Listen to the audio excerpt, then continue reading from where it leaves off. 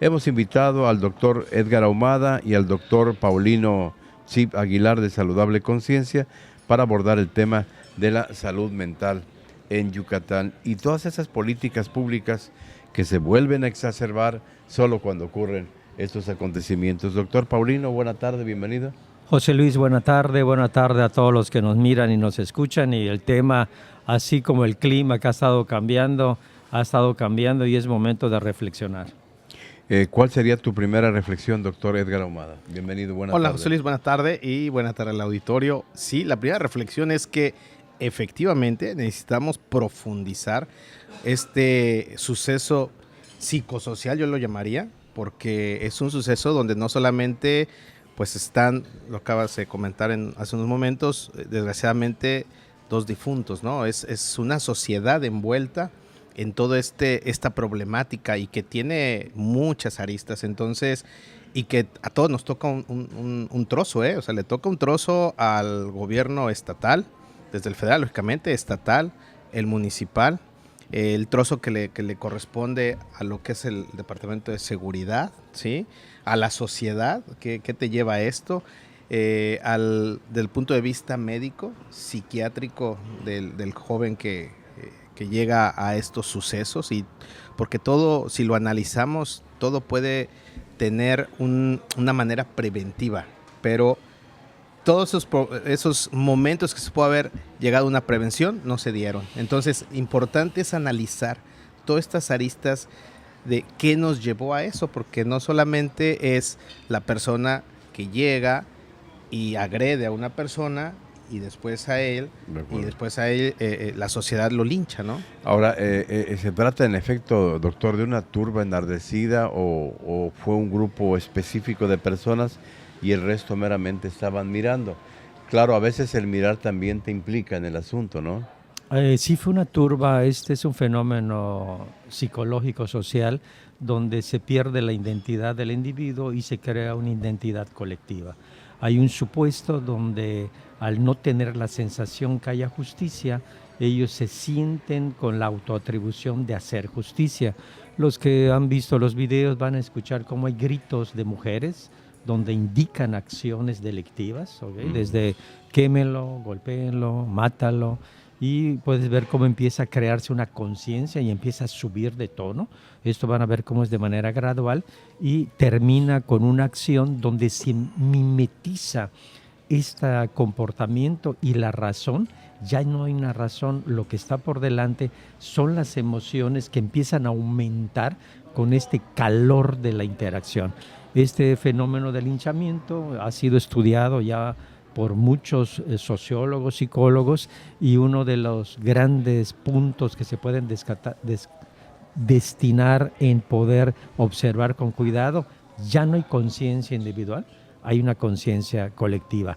Ya no hay razón, la emoción está por arriba, pero hay un fenómeno importante, la percepción que no existe justicia que necesita la comunidad. Y entonces, el siguiente punto es que se sienten con el derecho de ejercer cualquier mecanismo para que la justicia y el equilibrio social regrese. Obviamente, este proceso no llevó a ningún puerto que pueda ser un proceso de adaptación social.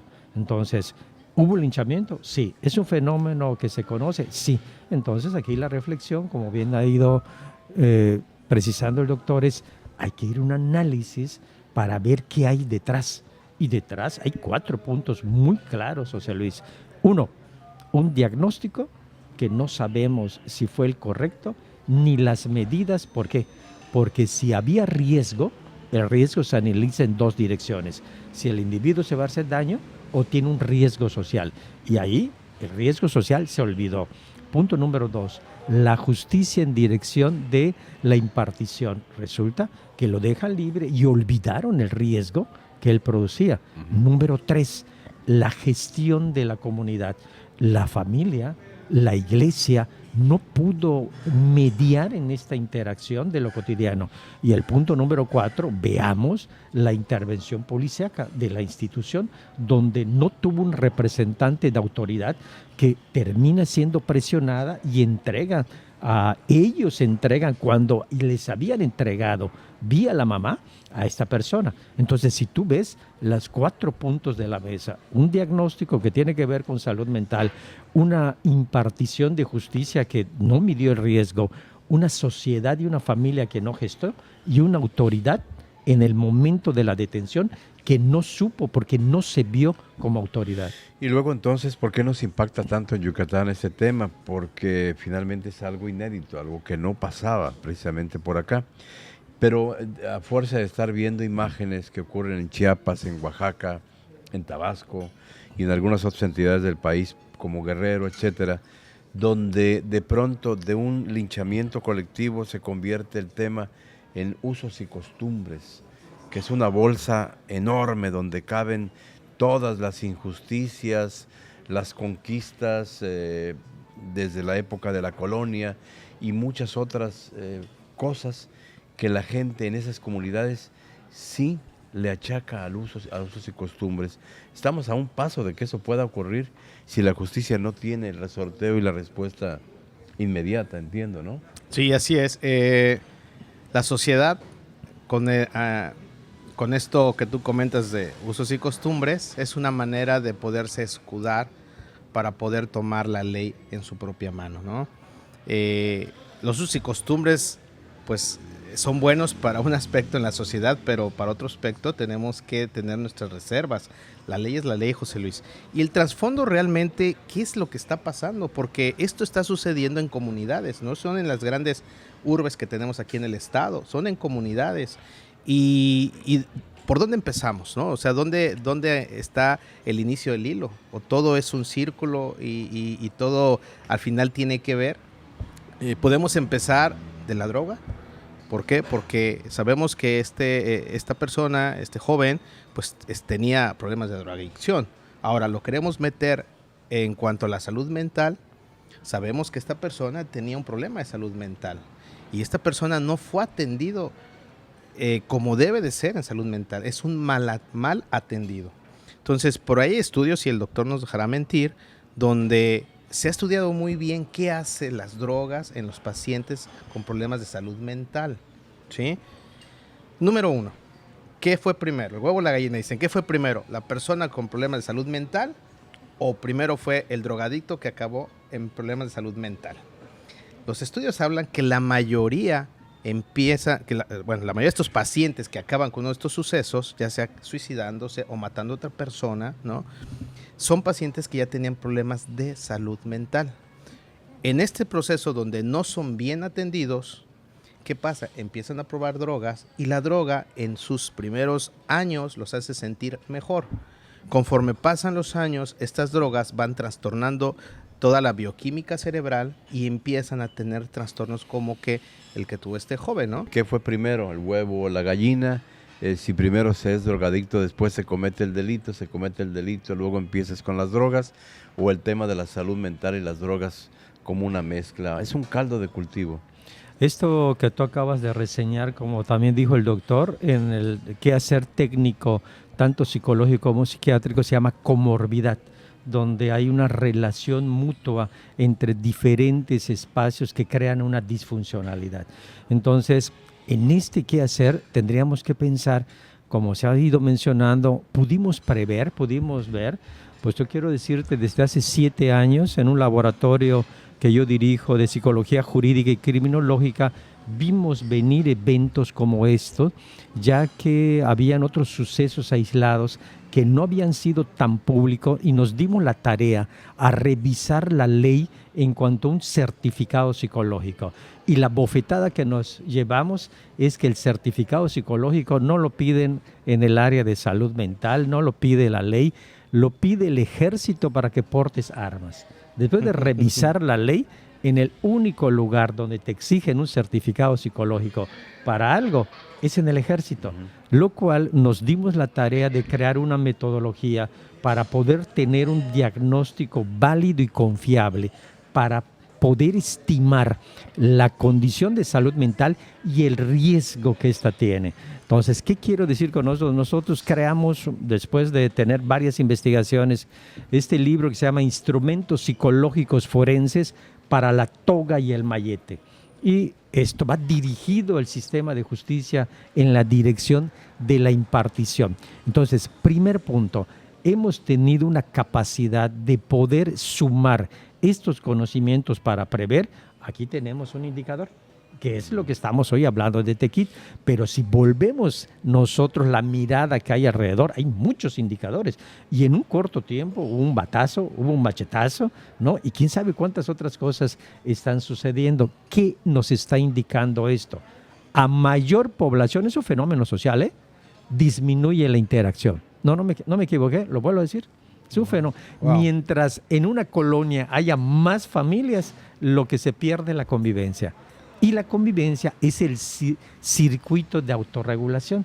Entonces la pregunta es, todos estos que hacen fraccionamientos, zonas habitacionales, ¿están ocupados para que tengamos una dinámica social saludable?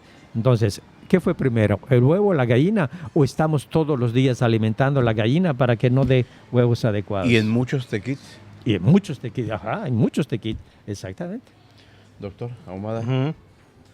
¿Qué sigue? Digo, a partir de todas estas cosas que están planteadas, la autoridad tendrá que hacer su papel, van a seguramente abordar otra vez el tema de la salud mental, que supuestamente ya estaba legislado, que supuestamente ya tenía un presupuesto, que supuestamente había un gran interés de parte del Estado para que esto funcionara. Mira, hermano, salgamos a las calles y vamos a ver a cuánta gente con un perfil de salud mental tenemos que están dando. ¿Sí? En cada calle, en cada colonia hay por lo menos uno o dos. O sea, vamos a... La mayor parte muy pacíficos. Claro, aquí hay un gran dilema, José Luis. Todos ellos deben llevar medicamentos, una posición pragmática para dormirlos o para hacerlos funcionar. La respuesta es sí, solamente que esto es parcial. Necesitamos crear una sinergia. Voy a ponerte un ejemplo inmediato. Miren los pueblos, aquellas personas que tienen un trastorno psicótico, ¿ok? Y están ayudando, llevando bolsas. ¿Qué pasó? Lo abrazaron y lo integraron. Oye, y hay gente que tienen amarrada en una casa Claro, ahora. Ajá, es que todavía está moralizada la salud mental. ¿Cuántos de nosotros nos da vergüenza al niño autista o al esquizofrénico de integrarlo a la vida social? Entonces aquí tenemos otro tema. Si no hablamos que la salud mental es como un problema cardíaco, Como cualquier otro problema de cualquier salud. otro problema, entonces moralizamos y tomamos decisiones no racionales. Así es. Sí, platicamos la semana pasada cómo la psiquiatría es la rama de la medicina que quizá menos ha avanzado en tecnología y en tratamientos, ¿no? Este problema que vivimos nosotros tiene muchas aristas. Tiene la arista médica, la arista social, la arista gubernamental, la arista de salud pública, de seguridad. Entonces, ¿pero por dónde arrancamos? Vamos a arrancar efectivamente, de este caso en particular, un problema de drogadicción. Ahora, este joven, como ya lo platicó el doctor, era un joven que ya sabíamos que tenía un problema de trastorno mental y no fue atendido adecuadamente. ¿Pero qué es adecuadamente? No es que no, yo estoy seguro que su mamá lo pudo haber llevado que la a jueza diferentes... lo mandó al psiquiátrico Así porque es. ya había cometido un crimen. Ajá, Pero no exacto. hubo la Antes. atención médica psiquiátrica adecuada. Ujú.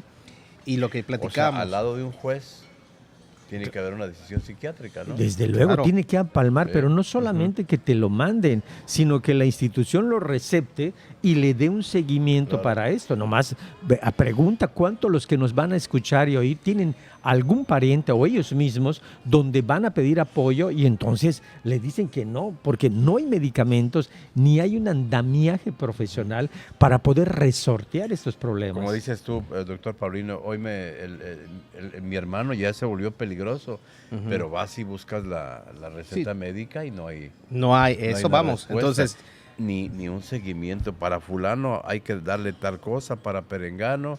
claro, José Luis, yo tengo pacientes que vienen de poblaciones del interior del estado y me dicen alarmados, doctor, la drogadicción en los niños está fuertísima. En poblaciones, yo les digo, bueno, ¿y con qué dinero compran? Pues se supone que una población Está a 10 pesos. económicamente, sí, me dijo doctor, es de risa lo que les cuesta. Entonces, ¿qué les están dando, no?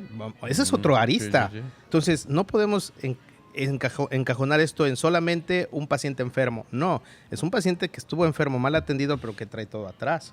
decía un psiquiatra investigador en drogadicción y enfermedades mentales, dice que él hizo un estudio y lo que encontró, dice, ¿qué es primero, el enfermo o el drogadicto? El drogadicto se hace enfermo. Dice, la mayoría, quiero decir que es primero. Traemos, los pacientes estudiados traen un problema, un trastorno mental que no lo saben. Se empiezan a meter drogas y entonces ese trastorno mental tarde o temprano brota. Se potencia. Sí, se potencia. Entonces este joven que tuvo una psicosis, o sea, salió de la realidad y ¿qué se imaginó de la señora? ¿Qué vio en la señora? Que acabó que en fue una lo mismo brutal... con el primer crimen, aparentemente. Claro, ¿no? Ajá. claro. Se imaginó que estaba durmiendo con el diablo o alguien Así es, algo. Entonces, hay que entender, él decía, yo le digo, lo decía en forma de broma, ¿no? Le digo a los que se quieren drogar, le digo, antes de que te drogues, primero investiga tu árbol genealógico. Si no hay una enfermedad mental, porque entonces tú puedes tener ese gen y al empezarte tú a tomar ciertas drogas, vas a acabar representando esa enfermedad mental. Y lo vemos, el suicidio, ¿no? Platicamos la vez anterior. ¿Qué te lleva al suicidio? ¿Qué produce bioquímicamente en tu cerebro que te lleva a llegar a suicidarte? Entonces, es mucha arista, José Luis. La verdad es que, pero la situación se tiene que tomar de un lado. Si lo tomas del lado de la drogadicción, empiezas a ver todas esas poblaciones donde los niños están consumiendo drogas. ¿Qué va a pasar en 10 años? El niño que tiene hoy 10 años, en 10 años va a tener 20. Y si tenemos una sociedad donde dijimos la vez anterior que se dieron cuenta que los pacientes suicidas habían tenido una niñez muy complicada, pues imagínate, ¿no? O sea, si no empezamos a atender por algún lado estas situaciones, en 10 años vamos a tener muchísimos tequitos. Pues atentos con este y otros temas. Doctor, ¿con qué vamos concluyendo el día de hoy? Yo voy a cerrar con este evento. Hay una investigación neurológica en niños que son buleados y niños que son golpeados y vejados en su casa. Hay un desajuste serotonínico en el proceso metabólico, que es lo que da la estabilidad emocional, y en ocasiones hay impacto en la amígdala. Ni siquiera tuvieron que consumir droga. ¿Okay? El ambiente le hizo un cambio metabólico. Si no nos sumamos a reestructurar el ambiente que hoy tenemos, estamos apostando a que vamos a tener muchos tequitos. Muchas gracias, doctor Paulino Tsip Aguilar. Contigo cerramos, doctor Edgar Ahumada. Pues yo soy un convencido de que la medicina preventiva es lo mejor. Y no puedes tú buscar prevenir algo cuando no conoces eso que quieres prevenir. Entonces ahorita estamos en pañales en todo este problema psicosocial, de tenemos que conocer todas las aristas de este problema psicosocial para ver en cuáles de estas aristas puedes empezar a prevenir. Eso lo tenemos que hacer, bueno, el gobierno con todo su programa. José Luis, nunca he escuchado a un presidente municipal, un gobernador decir en el estado, decir, nuestro propósito es bajar el índice de suicidio. Nos espantamos con la cifra, hoy fue un día un suicida más, hoy fue otro, y somos el estado de mayor, wow. Pero yo nunca he escuchado políticamente decir, vamos, una cruzada. Me interesa, entonces quiero que me ayuden, yo soy político, no sé, pero quiero entrarle al problema. Y entonces que me diga, ¿cómo puedo bajar? Porque esto no puede seguir así, debe haber algo para prevenir, ¿no? Entonces, bueno, yo creo que la prevención, pero la prevención no puede venir sin conocimiento.